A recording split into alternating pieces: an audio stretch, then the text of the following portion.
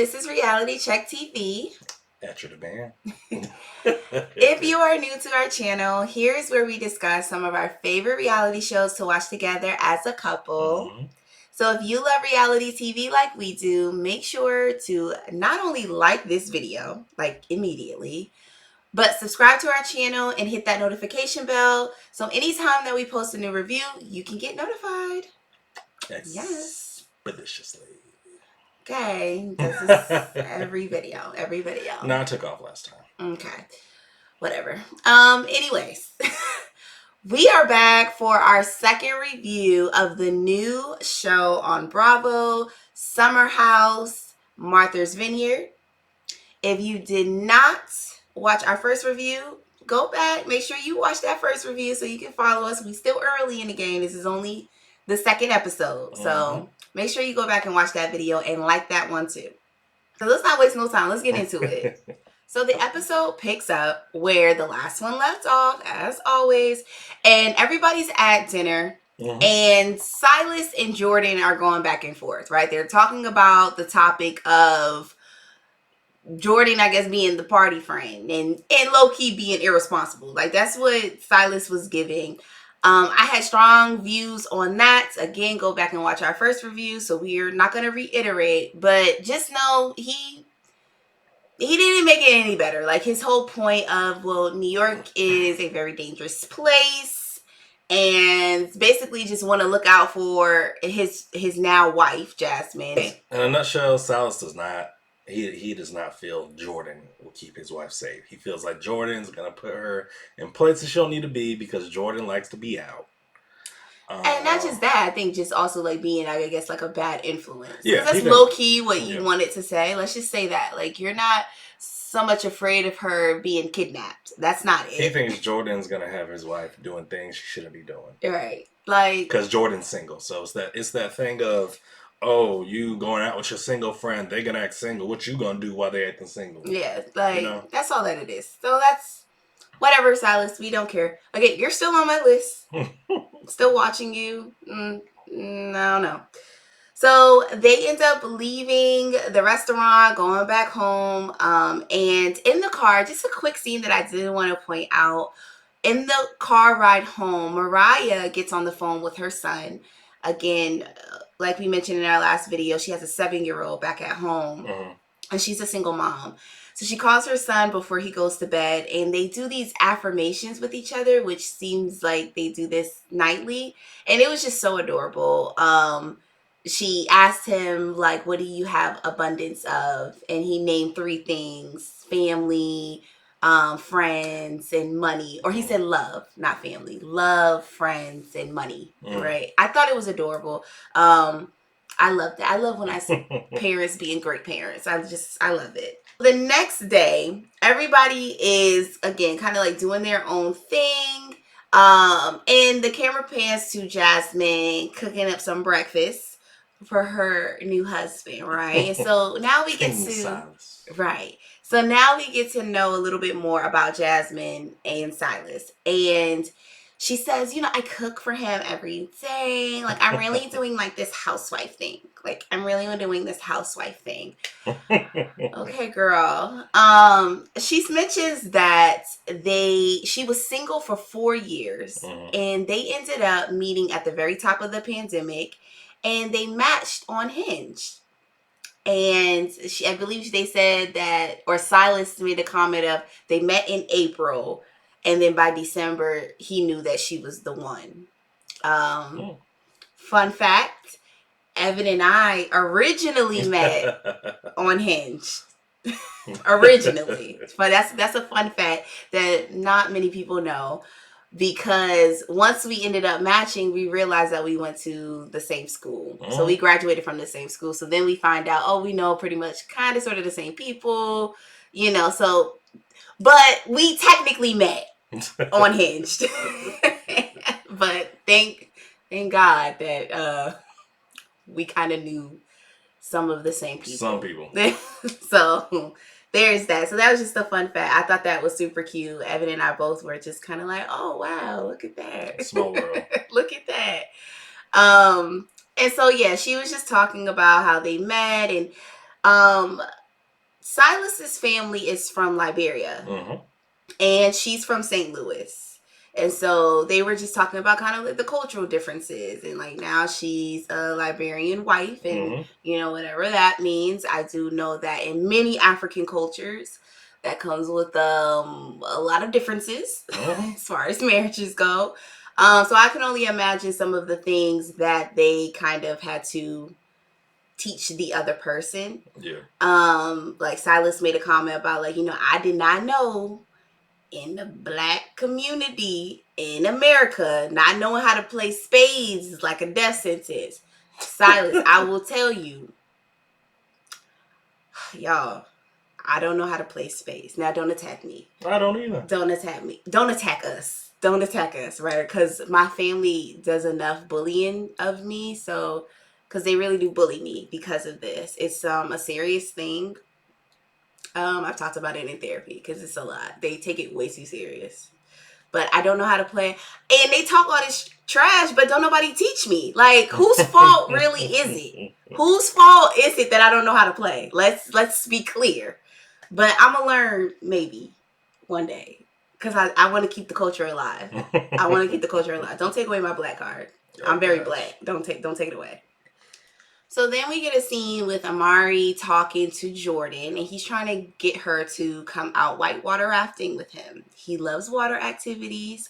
However, Jordan's like, nah. It's like, it was, I know he said whitewater rafting. It was pretty much canoeing because they're not by any, like they're just in a big lake. Right. And I think that is, I didn't think that was a difference. I knew that, but I didn't want to say it because I was like, maybe I'm wrong.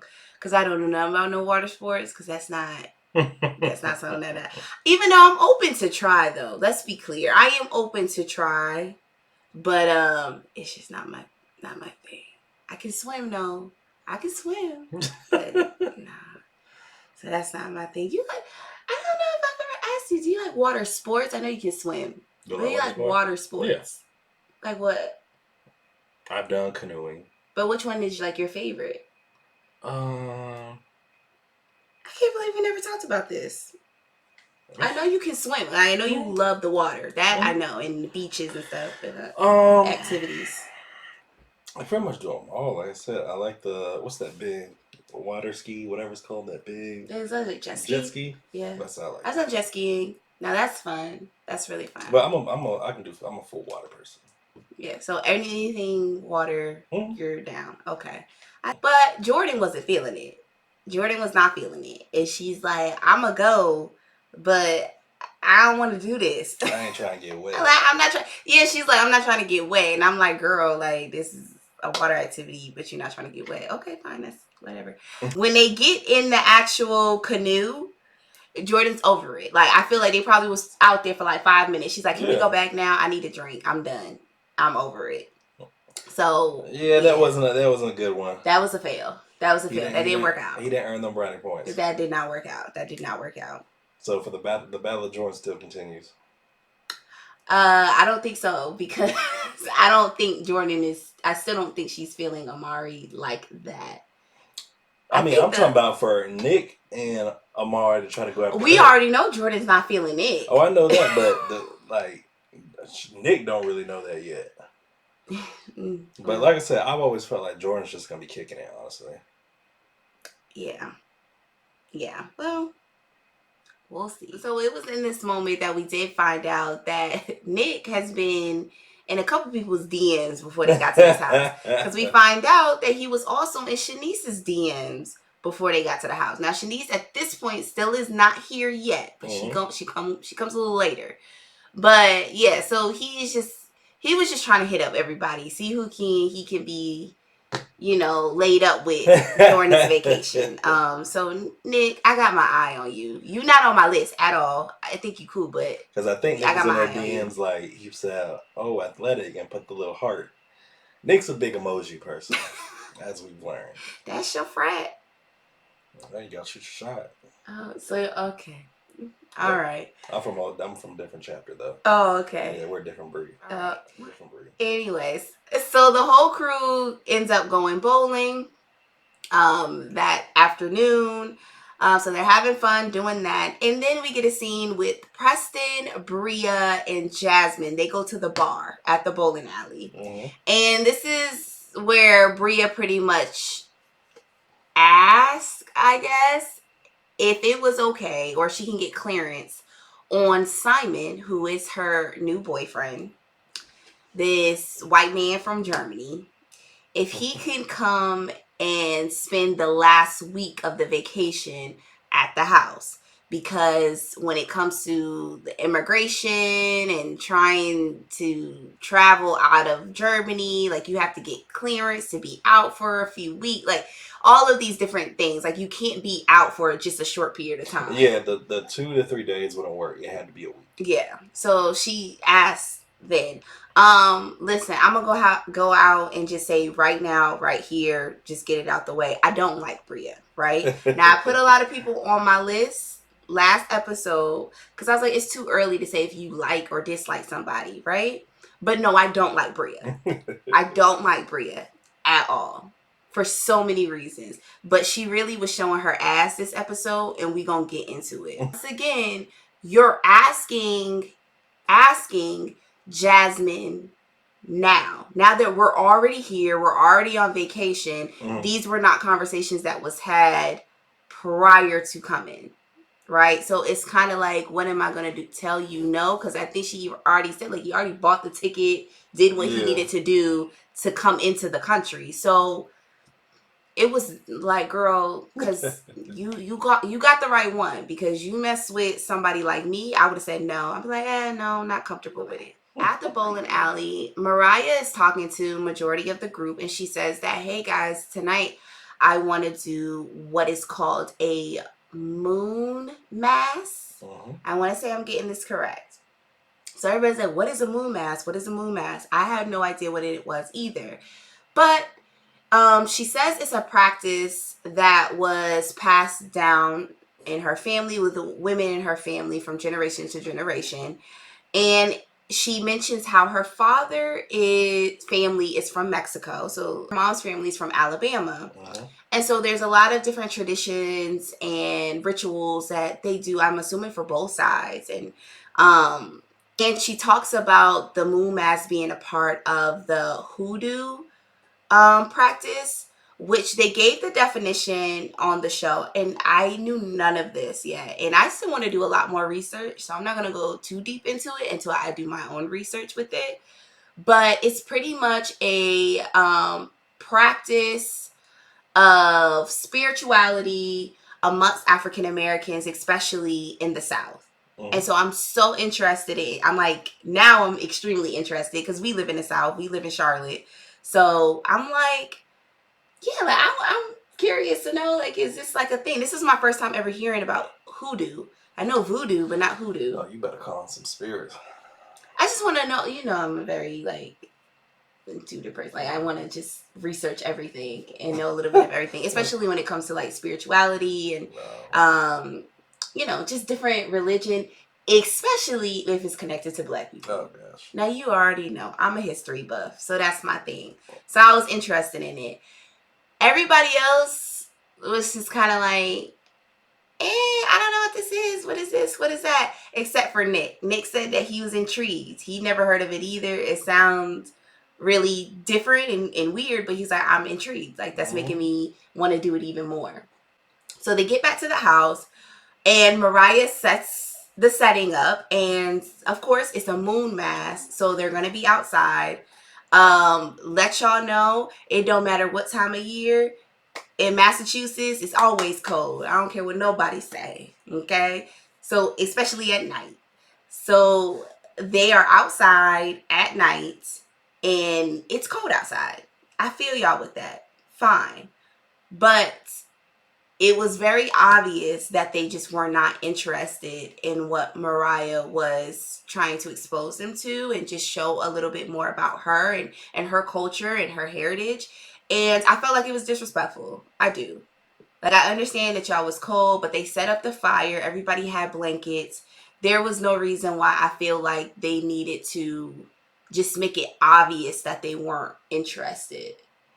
I mean, even the dog was cold. And that's fair. That's fair. You know, it's the thing is not just being at nighttime being cold. It was windy too, so that added to it. Um, I know that's something she probably couldn't do during the day. Yeah, because But it's a moon right, mass. but you know, at the end of the day, you know, when people get cold, it's like I can't do it. You lit me. I know, and so for them, that was their way of telling her, look, you can't do it tonight. This ain't it. No. I don't know. Maybe it's the people pleaser in me, and then also again just me being a big history buff and just respecting people. I think as much as I hate the cold, because I hate the cold, y'all. Like I hate being cold. Um, I feel like I just would have went about it a little bit different. Like I feel like I would have just been a little bit more open and a little bit more engaged. Because even towards the end, she asked, like, does anybody have anything that they want to share? And it was crickets. And but somebody said, I kind of want to go inside because it's cold. And so it wasn't like, oh, is there a way for us to move this inside but continue the conversation? You're right. Nobody asked that, and I feel like that was disrespectful. I mean, it was, but at the end of the day, like, they weren't interested. Yeah, that's unfortunate. And I know Mariah, for her, that was like one of those things where she kind of wanted to step out her zone and introduce them to something. Right. You know, introduce them to a piece of her. Right. Something she believes She said in that. and take serious, and their reaction really set her back. Yeah. To the point where she just went back in her cave. Yeah. I wonder what sign Mariah is, because that I felt that because I don't put myself out there and show a very vulnerable side of myself unless I feel comfortable or I just want people to just know more about me. And so when I do put myself out there and it's met with resistance, I just will then, retreat and, go back into my shell, because I'm very shy. I'm a very shy person, despite us being on YouTube. I am very shy. And so when I express myself and show a part of me, I just, I too would have reacted the same way. Like I would have been very disappointed and just kind of been by myself. But yeah, I wonder what her sign is. But I'm sorry, Mariah. I was here for it, girl. I would have participated. No, you wouldn't, because I can't even get you to be at the fireplace with me in the backyard in the cold. It'd be cold, but you don't be saying like, let's do this one thing that means so much to me. Like we about to be out here doing this. I want to expose you to I'll be having the fire pit lit and everything. It'd be cold. We'd be on the couch right in front of the fire. We can go now because it's May in North Carolina, so whatever. So the next day, Shanice finally comes.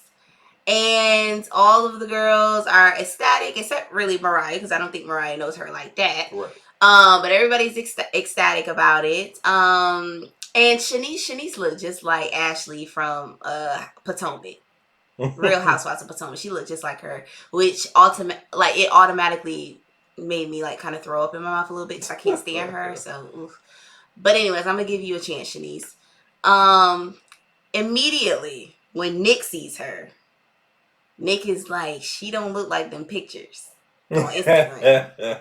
She don't look like the Instagram pictures. She don't look like that. And in that Instagram picture, she was like dressed up in pretty much Playboy gear.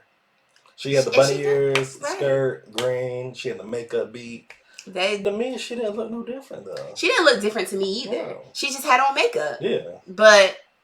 And she came in black leggings, black little zip up sweater with the shirt inside. Like she didn't look no different. She just looked not like she at that party. Regular. She looked regular. Y'all get caught up in these Instagram aesthetics. Y'all really do. Y'all act like y'all don't know what filters are and makeup and weave and all of these and wigs and all of these other things. That's But okay, you gonna remain y'all gonna continue to be disappointed every time. And that's the mentality you have, you're always gonna be disappointed. So there's that. So all of the girls are in the kitchen with the exception of Mariah. Mariah is out on the lawn doing some meditation, some yoga, getting herself centered. But the rest of the girls are in the kitchen having a conversation about friendships and marriage. And, Jasmine just expresses how we don't talk enough about how hard it is once you become a wife and balancing your friendships. And like, you know, she thinks about it sometimes as far as like, what does her friends think about her being a wife now and things changing. And I'm like, yeah, I guess they don't have those conversations enough. I would go as far as to say not just when you're a wife, but also once you end up in a relationship. If majority of your friend group is single, once you get into a relationship and you're the only one in a relationship, things change. And ladies, y'all know what I'm talking about. Things change. For friends and family.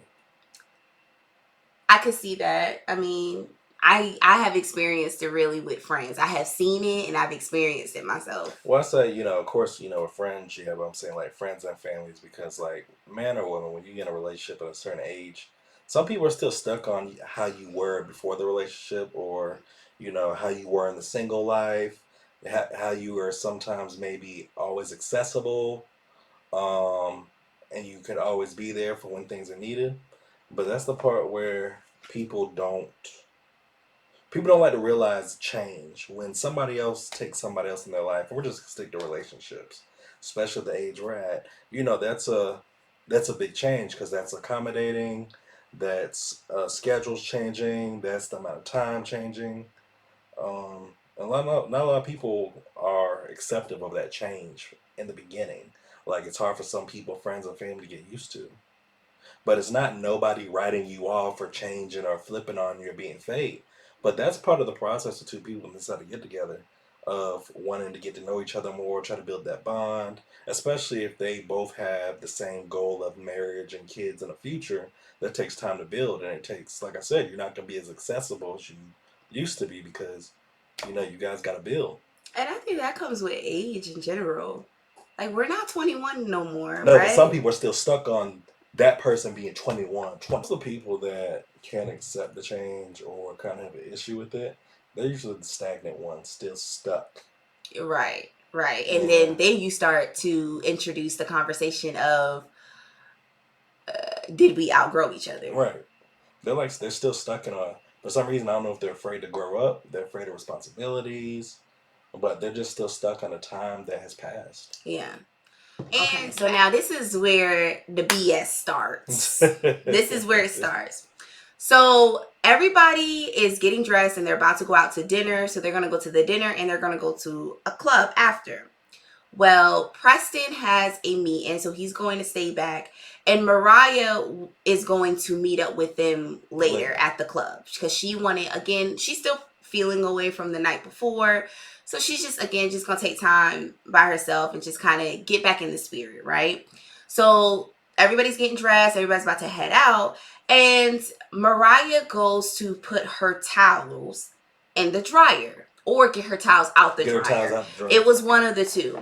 So she goes into the laundry room, and what does she see? She's like, oh, wait. I know this bitch ain't put Milo's stuff with our towels. Y'all.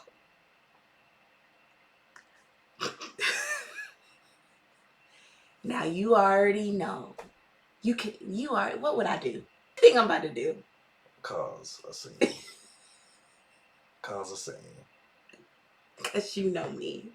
I'm flipping stuff over. Y'all, I'm a big germaphobe. That's one. I'm a big germaphobe. And I already told y'all I'm not an animal person. I'm not used to being around animals and dogs.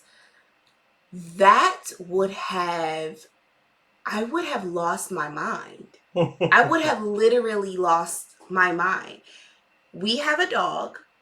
Caesar has his own laundry basket. His stuff gets washed separately, and then I'm washing the washing machine. That's how this works here. He does not share anything that touches my skin. Nothing. We don't play that. I thought most black people don't play that game. I was very confused. So Mariah's triggered, just like I'm triggered. But she handles it like an adult. She goes straight to Bria. She calls Bria. She's like, Bria, before y'all leave, I know y'all about to walk out, but Bria, I just saw that Milo stuff was mixed in with our towels. Like, this can't be a thing. Instantly, Bria is what I feel like very aggressive instantly and defensive. And she's like, well, like, what do you mean? Like, I didn't really put that in there, or whatever she said. And Mariah was like, well, then how did it get there? Like, you most definitely did. She was like, well, you must have put your stuff in there with my stuff. And like, girl, don't do that. No. Then she says to Mariah, well, this seems like this is a personal problem. Bitch.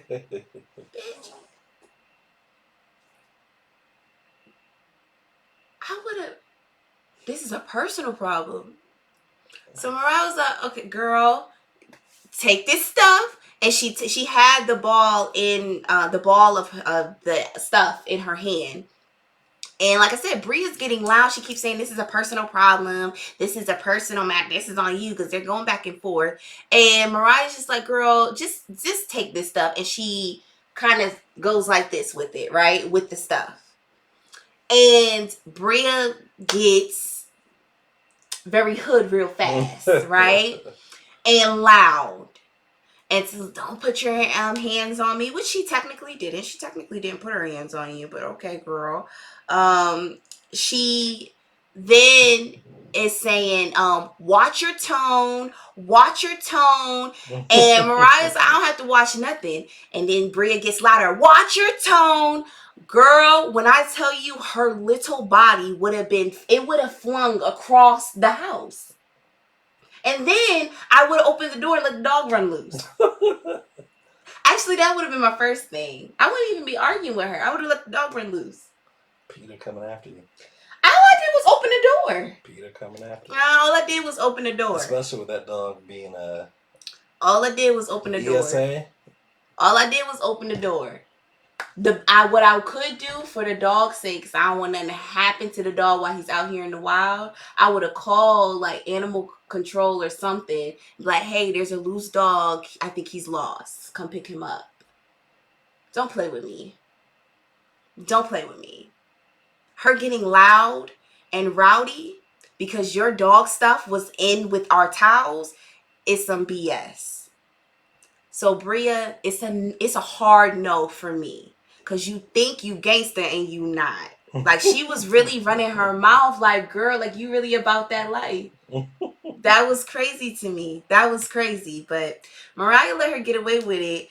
And yet Mariah ended up being the bad person, I guess, to everybody. Shanice is kind of like, oh my God, what's going on? And she walks away. Yeah, Shanice is ready to go party in town. Yeah, and she went outside with Amari to take pictures. Yeah, and then she's ready to get on the van, the bus, whatever they had. She's ready to go. Jasmine goes in the laundry room with Mariah to kind of calm her down and be like, y'all can't be doing this. Y'all both wrong. Like, y'all just coming at each other, blah, blah, blah. Mariah feels like Jasmine's taking Bria's side. I kind of felt that way too, because Bria was totally dead wrong. I don't care. Nobody else's opinion. She was dead wrong. Doesn't matter. So that was that. They end up leaving, going to dinner. Mariah and Preston, like I said, they were always going to stay back and meet up with them later. And when Preston and Mariah are talking in the kitchen, Mariah breaks down and was like, I didn't want to do that. Like, I didn't want it to be that way. I'm not trying to hurt anybody. I wasn't even trying to come at her in that way, which I totally understand because Mariah didn't do anything wrong. So I was just frustrated for her, girl. I see where you're coming from, Mariah. That was just really whack and corny. So then we get back to the house. Preston is in his room getting dressed. Mariah is in her room getting dressed. And then who busted open the door? Bruh, man. Facts. That's what he was giving. Some fool named Phil. Now, Phil is the friend of Bria and Shanice. Yep. We don't even know Phil like that. I don't even know if we got his age, his occupation. We don't know. We don't know and we don't care. All I know is Phil came in on one. Like, homie was taking shots on the plane, for Christ's sake. Yeah, because as soon as the camera got to him, like, about to knock on the door, he's falling on the stairs. He looked discombobulated. He comes in with his sweatsuit on, and he's loud, he's belligerent, He's just going all around the house. He let the dog out. He's talking to Preston like they knew each other their whole life. He busts open the door on Mariah. Preston, come take a shot. Right. He busts open the door on Mariah, talking to her like they've known each other the whole time. But Mariah's like, this might be the energy that might balance out the house because he seemed to be, he a little turned. So maybe this might balance it out. So he's just roaming around the house. And he goes downstairs in what seems to be like the basement where there's like the game room and like a second living room. And there's 2 bedrooms that's off of the game room. And one of those rooms is Nick's. So he goes in there. He was like, oh, this must be my room. Because I guess at one point, Bria FaceTimed him once they first got there and showed him the house. And he was like, oh, I like this room, which is now Nick's room. And she was like, oh, well, I'll try to find a sticky note and maybe I'll put your name on it. Nick got to it first and put his hat on the bed. Right. But that's where Nick has been staying. And it was always first come, first serve. Yep. But with these type of shows, we always got to fight about the room arrangement. So whatever. And Phil, and I believe too, Phil missed his first flight. Oh, they said that? He missed his first flight. Okay. Well, then that kind of sort of explains certain things. But yeah, he just turned. Him, Mariah, and Preston, they taking their shots before they leave. And then everybody meets up at Flavors. Flavors is pretty much the only black club on the Martha's Vineyard. And just like how it looked in this episode is how it looked when we went. I was like, okay, but whatever. Let's just make the best out of it. And I do want to retract one thing. I said in the first video that I only been to Martha's Vineyard once, and my mom watched that review and was like, "You've been to Martha's Vineyard a billion times as a kid." But as an adult is what I meant. As an adult, I've only been one time, like where I can drink and actually have fun. That's why I said you have to kind of bring the vibe there, because it's not much happening. So yeah, just wanted to retract that. But so yeah, they all meet up at Flavors and they're drinking. By the time Preston and Mariah and Phil get there, I feel like the rest of the crew is already drunk. Yeah. I think they're all lit. It's kind of a wrap. Everybody's kind of dancing and having a good time.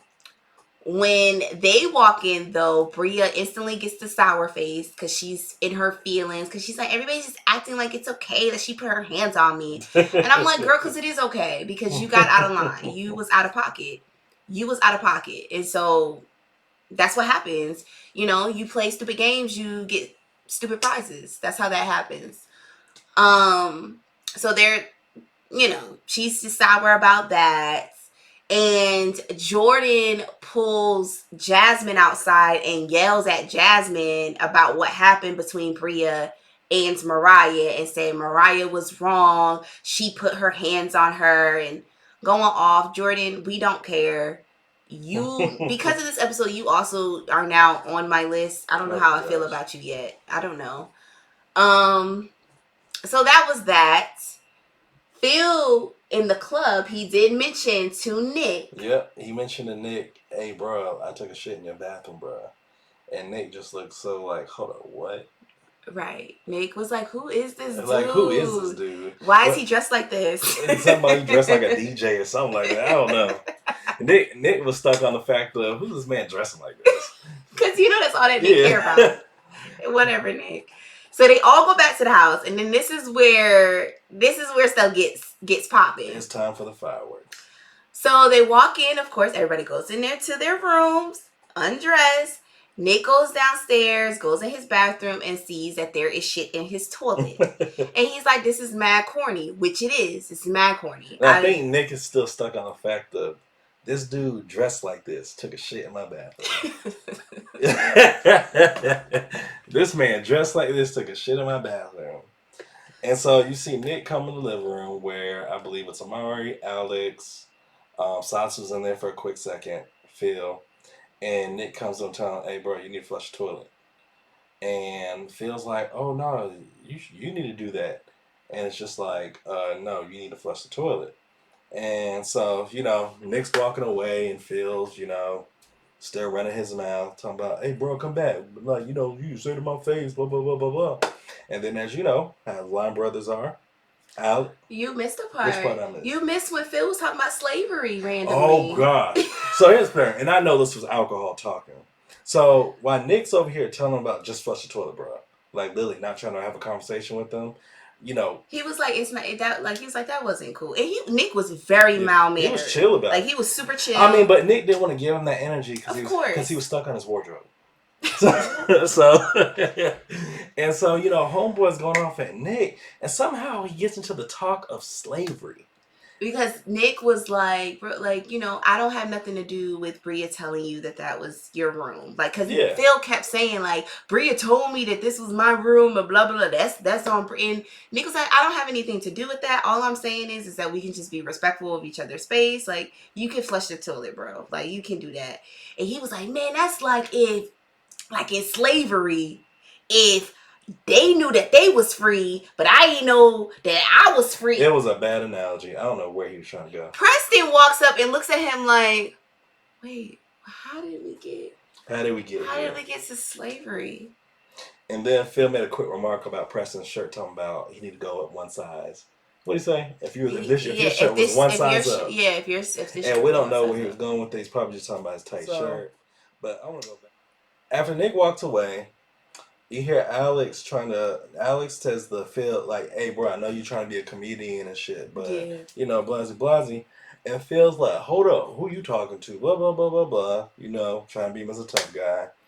And then Amari gets up out his seat from across the room, talking about, hey, Phil, like, this is our shit. You ain't better come in our house disrespecting us, blah, blah, blah. Is Amari a Kappa too? No. Oh, okay.